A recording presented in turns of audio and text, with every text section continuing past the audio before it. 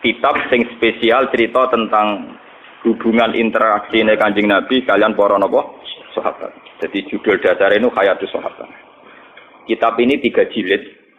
Kula riyen beli pas tahun 2009 teng Mekah teng Maktabah Anas bin Malik napa. Riyen regane 300 riyal napa pinten. Pokoknya ini 3 jilid dan saya berkali-kali mengkaji kitab ini. Mungkin suatu saat kitab ini bisa dimasalkan di fotokopi, tapi baru saya baca semua. Itu teksnya banyak yang salah. Ya mergo sing nyetak tetep mergawe. Jadi ulama itu niat ngaji, tapi sing nyetak tetep napa? Mergawe. Jadi kadang ketambahan lah, kadang keliru intinya. Tapi itu bagus. Orang mergawe adol kitab nyebar ilmu. Ini kalau cerita ya. Begini pokoknya kisahnya itu ngeten ben sampean ngertos punya perbandingan. Khatib bin Abi Balta'ah itu tidak orang Quraisy, ya tidak orang napa? Quraisy. Niku rungokno tenan. Ben sampean nak dadi pemimpin Islam cek iku kiai, cek ketua RT, cek ketua keluarga ora karepe. Khatib bin Abi Balta'ah itu tidak orang Quraisy. Dia tidak bangsawan Quraisy, juga tidak bermarga napa? Quraisy.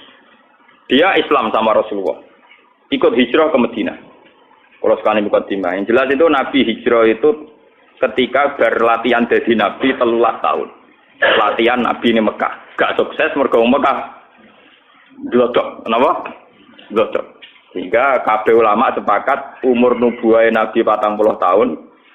Nggih, latihan dakwah tenggene Mekah niku 12 tahun. 12 luwih sithik. Sehingga orang bilang 13 tahun. Setelah itu hijrah teng Madinah. Ringkasnya cerita soal hijrah ke Madinah. Sebetulnya hijrah ke Madinah itu hijrah yang ketiga karena dulu Nabi pernah latihan hijrah teng Thaif nate teng Habasah apa? Nate, tapi hijrah paling sukses teng Madinah sehingga semua penanggalan sejarah pokoknya Nabi hijrah teng Madinah. Semuanya nak rugen diterangno detail-detail malah ora paham, malah ruwet terus pokoke bar ke Mekah tidak apa? Madinah, pokoke sing roh sing gampang-gampang kok. Nah, ketika di Madinah itu di beberapa peristiwa perang, Khatib bin Abi Balta'ah iku melok, termasuk daerah perang napa, Badar. Ini yang perlu sampean catat. Saya ini seorang gus anak kiai, putune kiai. Paling repot tuh nak ngadepi masyarakat. Ngeten iki kasusnya ngeten. Ben sampean tahu cara Rasulullah menyelesaikan. Khatib bin Abi Balta'ah karena tragedi hijrah itu sebuah tragedi. Tentu orang itu tidak sempat mengamankan harta-hartanya. Padahal rata-rata orang yang hijrah itu yang meninggalkan harta dan keluarga. Misalnya bojone orang Islam, anak orang Islam ditinggal. Dunyane cara omah rong dikunci, aset-aset rong dipasrahno kudu cepat-cepat napa hijrah. Karena keadaannya emergensi, tentu cepat-cepat ninggal. Termasuk bawa-bawa nom barang ditinggal. Karena wong Arab ora harus dibojo sitok. Mboten iki nanti guyon tapi nanti menjadi ilmiah. Masuk babonan-babonan nom napa ditinggal. Bener sampean kok ceritane. Akhirnya sahabat Muhajirin yang Madinah itu tanpa bojo. Malahnya kata cerita sahabat Ansor bojone papa itu kowe karep di milih iku ya tak pegat ngono ida bar rabi kowe. Sehingga bojo pertama sahabat Muhajirin adalah bojo bekasnya sahabat napa? Ansor. Itu semua ahli tarikh sepakat begitu. Karena bojo-bojo yang belum Islam atau apa masih ditinggal di Mekah. Nah, karena Sayyidina Umar itu bermarga Quraisy, orang Quraisy, Abu Bakar juga orang Quraisy bermarga Quraisy. Rata-rata Muhajirin itu margane Quraisy. Atau punya pertalian darah dengan orang napa? Quraisy.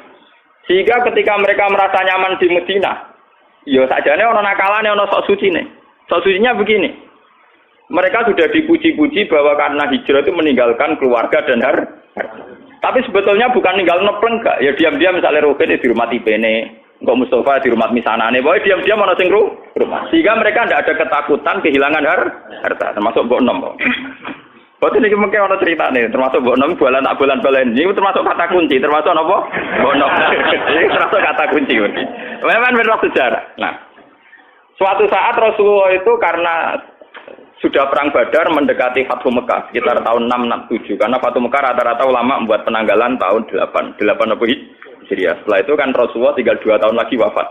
Okay? Setelah itu Nabi haji wada dan menjadi haji terakhir. Nah si Khatib ini karena tahu Rasulullah suatu saat kembali ke Mekah dengan kekuatan penuh dan pasti menang. Perlu dicatat, Khatib ini sudah tahu kekuatan penuh Rasulullah. Bahwa Rasulullah sekarang orang yang sukses, punya pasukan yang terampil, semuanya punya orang loyalis yang hebat. Mesti nak masuk Mekah itu menang kan. Wong perang Badar ya menang wong Islam, beberapa perang menang napa wong Islam. Akhirnya Khatib kirim surat. Ngirim satu perempuan. Jadi mulai dhisik nek kon dadi intelijen wong wedok ora nyurigai. Jadi mulane kasusé wong wedok kirim surat. Nduk pokok iki suratno ning penduduk Mekah. Suatu saat Mekah dikuasai Rasulullah. Lha iku mitra-mitraku sing nyelametno asetku iku kandhani. Ben soban nak ana serangan Rasulullah frontal iku dunyaku ora dadi gonimbang. Mergo ketemu kere-kere kaya Rasul iki dunyaku dianggap napa? Gonimbang. Aku terkenal ger perang iku sing donya dadi gonimbang, babonan dadi aman. Mulane kata kuncine aku menamuni babonan iki penting. Mergo perang dhisik iku pokoke untuk loro. Tak gonimbang mbek aman. Mulane sahabat itu budi-budi sak perang seneng kaya Khalid bareng. Lha niku nyata. Saiki wong seneng wae ayo delian. Nanti saya ku seneng perang. Mergo hadiah untuk Ahmad. Utawi napa?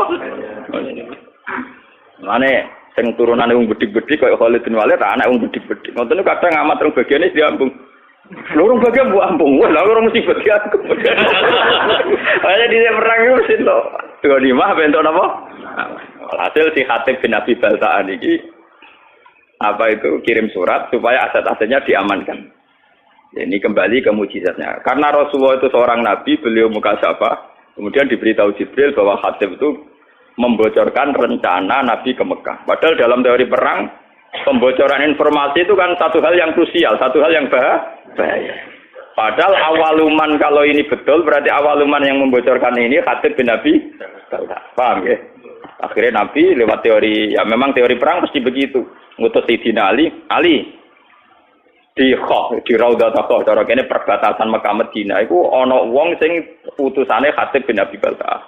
Itu bawa surat yang mau membocorkan ke penduduk Mekah bahwa kita mau ke Mekah. Walhasil rahasia perang itu nanti terbongkar. Sampai Ali dikejar, terus walhasil ternyata surat itu ada semacam pengkhianatan. Ternyata Khatib bin Abi Balta'ah, sahabat soleh yang pernah ikut perang Badar, ternyata khianat dengan membocorkan informasi itu ke penduduk Mekah.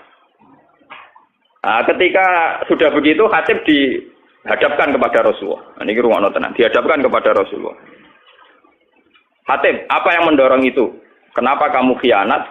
Informasi rahasia ini kamu sampaikan ke penduduk Mekah. Dari Khatib, ya Rasulullah, tiang-tiang sahabat muhajirin itu rata-rata kan orang Quraisy. Jika harta dan keluarga mereka terlindungi karena mereka bagian dari orang Quraisy. Kalau saya ini tidak orang Quraisy.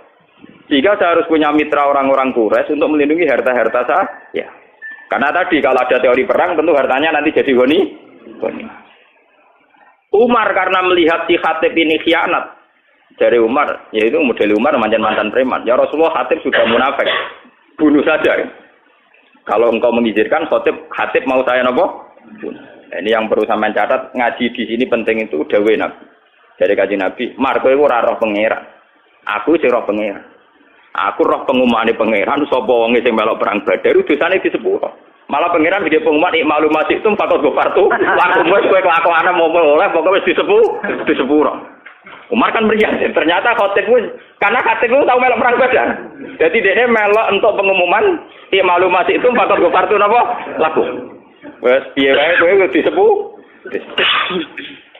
Karena juga ada adil kan pangeran misalnya sing mati dia mati syahid terus sing ra mati ra disepuro kan ora lucu padha perange kok. Paham ya? Jadi siapa saja yang perang Badar tentu untuk pengumuman untuk satu hadiah ikmalu masih itu fakot gofartu lakum wis lakon ana apa wae wong kowe melok perang Badar tetep napa disepuro. Lah ini yang menjadi catatan sejarah itu begini iki rungokno tenan iki. Dalam Fathu Mekah ini mau kembali ke Mbok 6. Mau yang sok suci kan Sayyidina Umar. Mergo ape baca Khatib karena dianggap membocorkan apa informasi.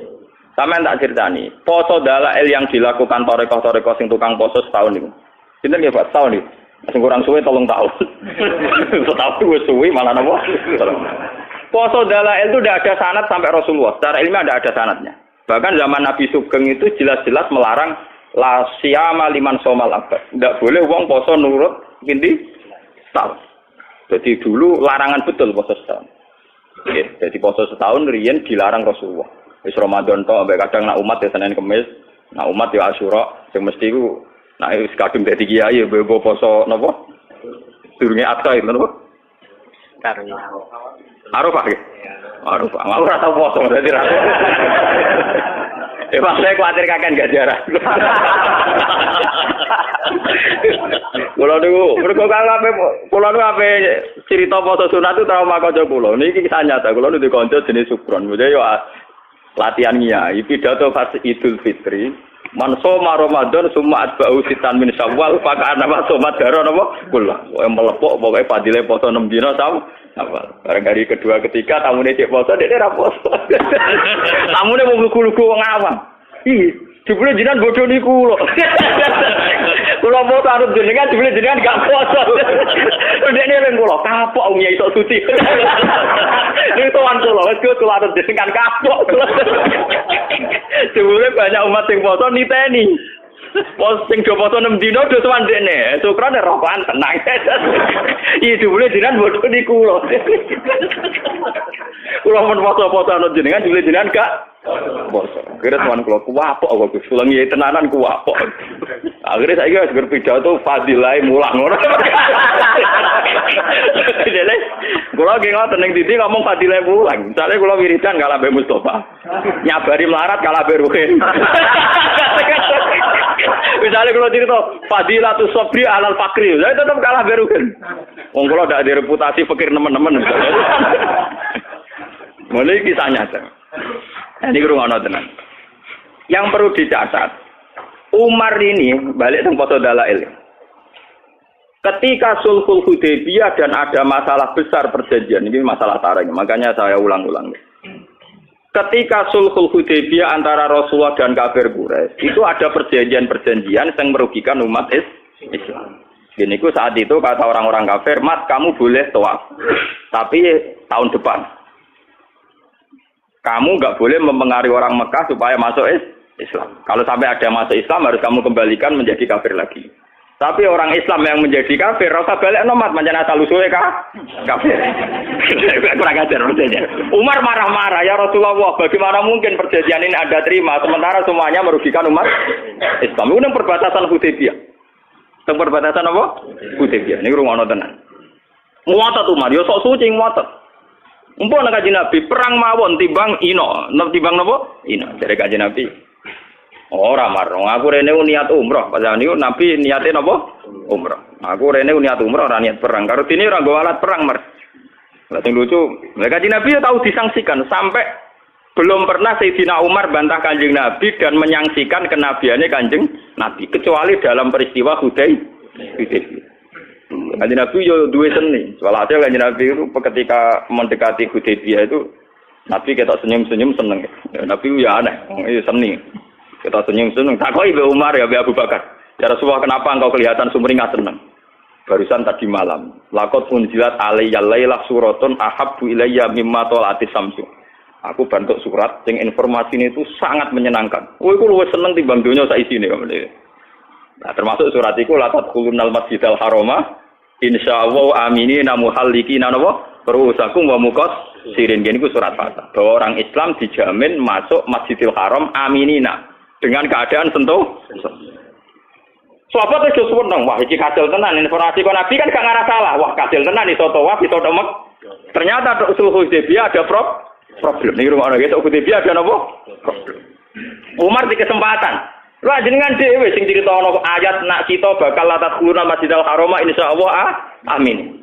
Kok malah kejadian ngeten ra iso mlebu-mlebu Mekah. Kanjeng Nabi cek jawab aja. Ya tapi ayat iku ra muni taun iki, Mar. Tapi ning ayat iku ora taun iki, Mar. Ya Pak Umar iku, Umar kotom iku sing ada wong tenan. Wes, gak trimo den, takok Abu Bakar. Abu Bakar jawab ngono. Abu Bakar malah luwih elek cakeme. Ya tapi kan insyaallah, Mas. Coba iki cerita, sampeyan ngerti bahwa sahabat itu mangsa tersapian terus tenaga problem-problem sosial. Latat khulun nal masjidal haram napa? Insyaallah tuh kalau kowe nak ngiyai mesti enak, kok ora enak. Ya kan ana jaminan saiki. Betul kan, lah repot. Tak sobede ra barbar kan. Yang tim mati tenan. Nah, ini walhasil terus. Ya itu Umar saking mangkele, di luar kendali sampai keterucut meninggal. Ketika informasi itu di luar dugaan, dia kan nafsirkan kalau aminina ya sekarang gitu, kenapa? Ternyata tidak jadi sekarang. Jawab Umar sampai Nabi ditanya gini di luar kendali. alas ta Rasulullah, tapi engkau tetap Rasulullah dan masih Rasulullah. Wah, aku kok Nabi kaget sesuatu. Maksudnya biasanya nggak informasi kan cosmeng. Nah kali ini merasa berarti alas tar. Jangan-jangan kau sudah ada Rasulullah.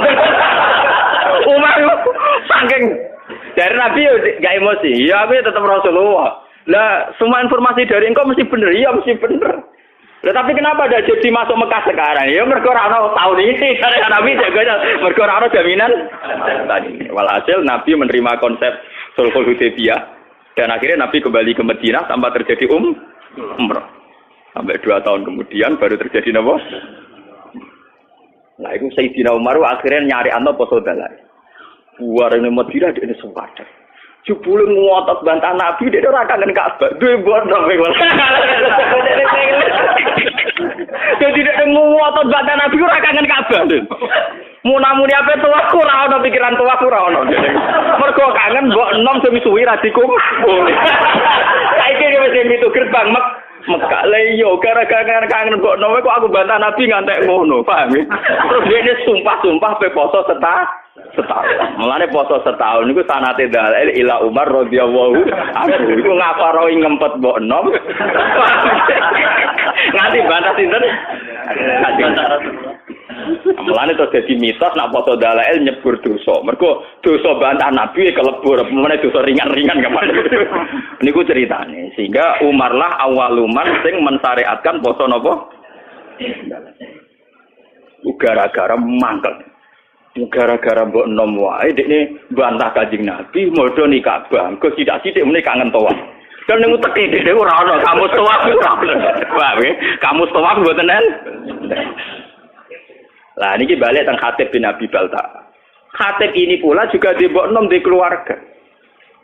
Paham ya? Nah, mulane kula ini yang kaitan dengan saya dengan para anak-anak kiai. Maksudnya sing waras sing gelem mikir agama. Niku memang kesulitan. Misalnya saya ini hafal Quran, saya ngapalkan hadis. Sampai sekarang saya masih belajar, masih berburu kitab. Ya, masih berburu kitab. Dan saya menikmati belajar agama, nikmati mulan. Tapi kan tidak semua orang Islam yang punya nasib kayak saya. Yang punya nikmat kayak saya. Jika saya tidak bisa, orang Islam kok dorong pokoknya kan berapal Quran, ngalim mesti ditanggung pangeran, tidak bisa. Mereka ada yang dari keluarga yang punya tradisi kerja. Kadang dari keluarga yang logikanya harus PNS. Dari keluarga muslim yang baik, tapi logika wong kudu nasibnya jelas, duwe toko, duwe pekerjaan, dan sebagainya, dan sebagainya. Ini harus kita maklumi. Harus kita apa? Maklumi. Kalau tidak nanti Islam ajur-ajuran. Seperti ini. Rasulullah ketika Umar tidak menerima kesalahannya Khatib bin Abi Balta, dianggap munafik. Mereka bocorlah informasi. Tapi ketika Khatib menjelaskan ke Rasulullah, gini ya Rasulullah, orang-orang muhajirin itu tenang saja di Madinah. Karena mereka sadar keluarga dan hartanya diurus kerabat-kerabat mereka. Saya tidak punya apa-apa. Saya harus punya kiat-kiat untuk hartaku. Tapi apa kata Rasulullah? Ternyata Rasulullah, ya kamu ada kepastian dari Allah bahwa Allah Ta'ala innahu qad sadaqakum. Allah benerno alasanku. Digamane ngeten, saya ini anaknya kiai. Bapak saya kiai, mbah saya kiai. Umpama aku sangka ngalim nganti tuwek nganti matek ra di pekerjaan, pokoke anggere mulang istiqomah abad asah. Kuwi wis dianggap prestasi. Temenajan to kere klunak-klunuk mek kukar-kukur ngono wis dianggap prestasi karena ukuran sukses anak kiai mulang istiqomah. Bayangno misalnya keluarga yang matre atau PNS atau apa. Kan enggak mungkin wong ngono dianggap prestasi. Urip ora jelas. Nah, tentu santri-santri soleh yang dari keluarga ini jangan salahkan nak orientasinya bisnis. Karena ya itu tadi konteksnya beda. Lalu saya biasa debat sama Gus-Gus sampai maki-makian. Ini cerita-cerita ilmiah saja bukan. Lambil Gus. Dengan sinau tenanan perkara ini dihormati dicucuk. Engkau pondok ya jelas mulang jelas. Nak rugen kan sinau tenanan sih ngerti ra di pondok. Engkau kitab Pak foto-foto takokane bojone iku dadi dhuwit ta ora. Lenda kan konteksnya beda sekali. Tentu dari keluarga yang punya kesadaran, keluarga saya kan gak ngerti takok. Ya kena sinau untuk apa kan enggak. Bapak saya ada pernah tanya gitu, bapak saya juga ada pernah tanya gitu. Malah narang alim takon sana. Pak Kiai jirang alim. Nah ini kan ya kasusnya Khatib kayak gitu. Makanya ini ya, kenapa ini saya ajarkan di sini biar apapun kebaikan yang kita sarankan jangan digeneralisir, jangan disamaratakan. Kebaikan tetaplah kebaikan meskipun dengan varian yang berbeda, Wong saya di desa saya itu berkali-kali kalau saya diberi kesempatan mau ibadatan, saya 5 tahun itu pidato sekali, jarang sekali saya mau pidato. Jadi biasanya 5 tahun sekali, 4 tahun sekali, wong-wong do kumpul tegen kula, kepengin kula pidato. Ini kula pidato setengah jam. Jadi kalau nak pidato kayak simpel mawon. Wis wae jenenge saya danten senengani pengajian sing saya mboten nggih saya sing turu nggih saya sing tengah-tengah nggih saya. Wong Islam niku gampang. Itu tak critani wali sing turu ni. Soal dadi nek Ihya ono cerita lucu. Ono wali nak rino ku poso, nak wengi niku tahajud. Wes salat sunat apa dilakoni, poso model wae napa? Dia karena merasa suci karena amalnya entek ngamek. Ndekne golek saingan wali. Ya Allah, apa ada wali yang setingkat saya? Ternyata pengiran dituturo wali sampeyan turu. Iku ngilir bedak salat. Gak trimo, jadi saiki wali di tukang turu gak trimo. Jadi iki cerita nyata nih. Ya Allah, gimana mungkin orang yang turu ngora-ngora mau tangine bedak salat fardu, derajate sami kalian kulo. Ya ora paham yo takok to gampang to. Takok. Rewali sing tukang turu takok. Kowe kok iso sederajat mbek aku perkarane. Yo ngaku ibadah rino poso bengi tahajud. Kok kowe turu sederajat ambek aku. Dari wali sing teratur. Lah iya oke mbok rewangi ngono tujuan mesti sito. Ciri utama agama itu satu. Ngene iku takwa. Dan ciri utama takwa itu satu ninggal maksiat. Dan tidur itu paling efektif ninggal maksiat. Wes aku poso langgere pasar tetep bekar-beker kae. Kowe poso langgere mlaku tetep ora wedok, ora rodo, ora prawan, ora macam-macam. Tetep bersih aku ning kamar, terus aku mau isal karo kali pokok. Bisin. Wes tak tanam delok wedok mbek aku tetep bersih aku. Wong aku ning kamar tuh ora. Piye wae ciri utama takwa ning maksiat dan turu paling efektif. Sadar wali sing waduh, pinter tenan iki. Yo lho iki ilmu kalau siapan niru ya kena ora kena pasti cerita ilmu. Tapi itu memang nyata, tentu orang tidur lebih tidak berisiko maksiat. Ya dene cerita, ciri utama takwa ninggal maksiat dan tidur paling efektif ninggal napa? Maksiat. Meriang kok wali sing tukang ibadah. Iya, aku yo mlaku akhire yo ngempet ora usah ngempet opo ning kamar. Paham ya? Ini satu perbandingan. Terus selama ini kita kan misalnya lagi senang pengajian. Wong ngono pengajian kok ora tekono keapian kok gak teko. Padahal dalam pengajian itu kita pasti bilang, ngrumat anak iku ibadah, ngrumat ibu iku ibadah. Lah sing anak di pengajian malah wis saiki nglakoni saranem iku ngrumat anake mboke ning omah. Paham? Mulane kiai-kiai sing balik kula kandhani. Kita ini ndak fair. Karena kita senang pengajian, kita jadi mubalik terus bilang ono pengajian barang apik kok ora teko. Padahal dalam pengajian itu kita tetap ngomong ngrumat ibu iku apik, ngrumat anak iku apik.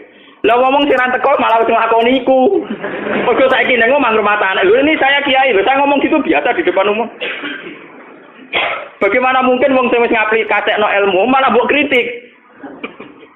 Paham ya? Mulane kula nak tenaran nggih biasa cerita, sakniki sing teng sawah mboten ngani pengajian kula nggih, saya wong ning sawah golek nafkah. Niku nggih sarane kiai, sarane Islam. Sing sakniki teng omah ngemat anake nggih sae iku sarane kiai, sarane Islam. Mungkin punya resiko secara nafsu yang datang nggak banyak, tapi kita harus gentleman bahwa itu ya kebaikan. Memang butuh kiai nekat kayak saya yang nggak butuh populer, tapi harus ada ulama yang nekat kayak saya supaya kebenaran itu terjaga. Makanya di Ihya itu ada kitab Fadilatul Kasbi, ada bab Fadilatul Kasbi itu, dan saya berani ngomong gini di desa saya pun saya berani. Suatu saat Rasulullah itu ngaji dengan para sahabat. Itu Rasulullah, buatan terima kiai, buatan terima balik. Rasulullah, sing duwe Islam. Jadi orang terima balik, orang terima kiai. Ya, nabi ngaji. Nah, mesti anggar kiai ada santri sing kota-kota, Mustafa. Wah, santri sing kota-kota ini kan mesti ekstrim. Ono canom, awake kekar, gua pacul, tenang ya. Rasulullah ngaji diliwati ya, tenang ya. Apa ini kebun kurma? Tenang. Ya liwat ngarepe Rasulullah tenang. Lah si pemuda-pemuda tadi sing melok ngaji kan. Ya Rasulullah, canommu cek kurang ajar. Wis enom kuat awake dhewe gak gelem ngaji. Cek rugine wong iku ana Rasulullah ngaji kok gak melok. Jadi apa jawaban Nabi? Kamu jangan bilang demikian. Dia itu kerja untuk nafkahi anak istrinya. Dan itu ya ajaran saya. Malah dia itu nggak koni ajaran. Lu itu nabi, malah saya tambah yakin. Jadi Muhammad nabi tenan. Enggak mubalek. Jadi dia tidak mubalek, enggak kiai, enggak ada nafsunya sama sekali. Paham ya? Memang butuh hati gede loh, ngomong ngeten butuh hati gede. Karena kita tetap ngaji, manjen goblok ya ben ngaji kok. Nah, tapi ini cerita, kita ini tidak usah membakukan satu kebenaran, satu dua. Mungkin nanti Gus kudu ngalim takdir. Apa sing rapati Gus, rapati ngalim, tapi amen pidato sing maslahat gawe masjid, urusan bangunan. Karena Gus yo sokon melok-melok, malah ra aku malah repot. Lah padha sing Gus ngaji malah melingkar kabeh maknane malah. Ini kan urusan pembagian apa tuh? Tugas. Makanya Sayyidina Umar disalahkan oleh Rasulullah. Kamu jangan begitu. Ternyata Khatib bin Abi Balta'a punya pertimbangan tertentu. Umar sing sok suci tadi ternyata pertimbangannya bondo. Terus dia mau angkel ambek awake dhewe terus foto napa dalah go ngaparoi bantah Nabi demi bondo. Semenjak niku terus dalail jadi syariat. Mulane sanad dalail sebenarnya terputus sampai Umar. Jadi yang persisnya dalail waktu setahun terputus sampai sinten? Sayyidina Umar. Bahwa kemudian ada hadis umum tentang Umar. Gini ku alaikum bisunnati wa sunnatil khulafa'ir rasyidin al-mahdiyyin. Abdu alaiha bin nawajid. Jadi sebenarnya kalau persisnya puasa setahun itu hanya sampai Umar, paham ya? Karena Rasulullah melarang puasa napa? Tahun. Tapi karena Umar punya pikiran tertentu untuk mengkafaroi dosanya, itu sah adanya. Ya tentu menghindari yang haram-haram kayak ayam mutasyrik terus. Napa? Idul Fitri tanggal 1, ya itu kan itu pakem ya kayak gitu terus. Sebagian ulama nambahi ayam musyak kayak tanggal pinten antara 30 dan apa? Tapi itu sebagian ulama. Sebagian liyane tenang mawon. Mergo terus kaduk. Jadi orang ulama yang mengharamkan puasa yaum musyak berarti tanggal pinten 30 atau 29. Sebenarnya yang potensi jadi tanggal 1 Ramadan. Lah ulama sing mengharamno aku setuju. Setuju kula iku ben malaikat iku jelas. Saake malaikat menyen agak diharamno. Saake malaikat tuh gini ya. Kita ini kan misalnya tahu palak ya. Sekali 1 Ramadan itu kan harus puasa atas nama Ramadan. Kalau orang yang biasa dalail tidak pernah jeda. Dan itu terjadi sak. Misalnya orang khilaf Ramadan itu apa Senin apa Ahad. Orang masih apa? Khilaf. Tentu aturan fikih kan itmam.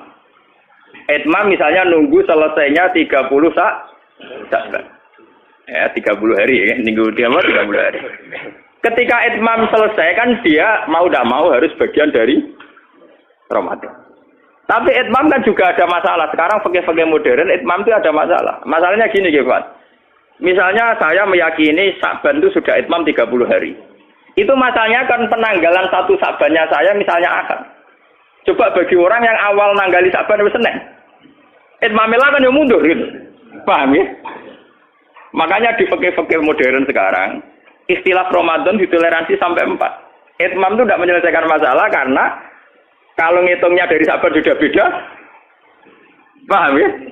Selama ini kalau kiai-kiai pidato kan hanya cerita, lo nak bingung yo gampang, pokoknya Pak Milu data Sya'ban salah dina yoman. Loh tapi salah dina yoman yang awal Sya'ban itu besok. Paham ya? Loh enggak loh. Paham Mas Abu ya? Salah dina yoman Sya'ban jebule sing sitok misalnya Mustofa ngitunge Ahad, sing Ruhin ngitunge Senin. Tak tetep ikmalilah mundur kan? Nah, orang yang biasa gak poso kayak aku gak bingung no malaikat. Karena jelas catatannya bahak ra poso, bahak poso. Lah sing biasa poso dalail malaikat iki dicatat bagian dalail apa Ramadan kan. Paham gitu.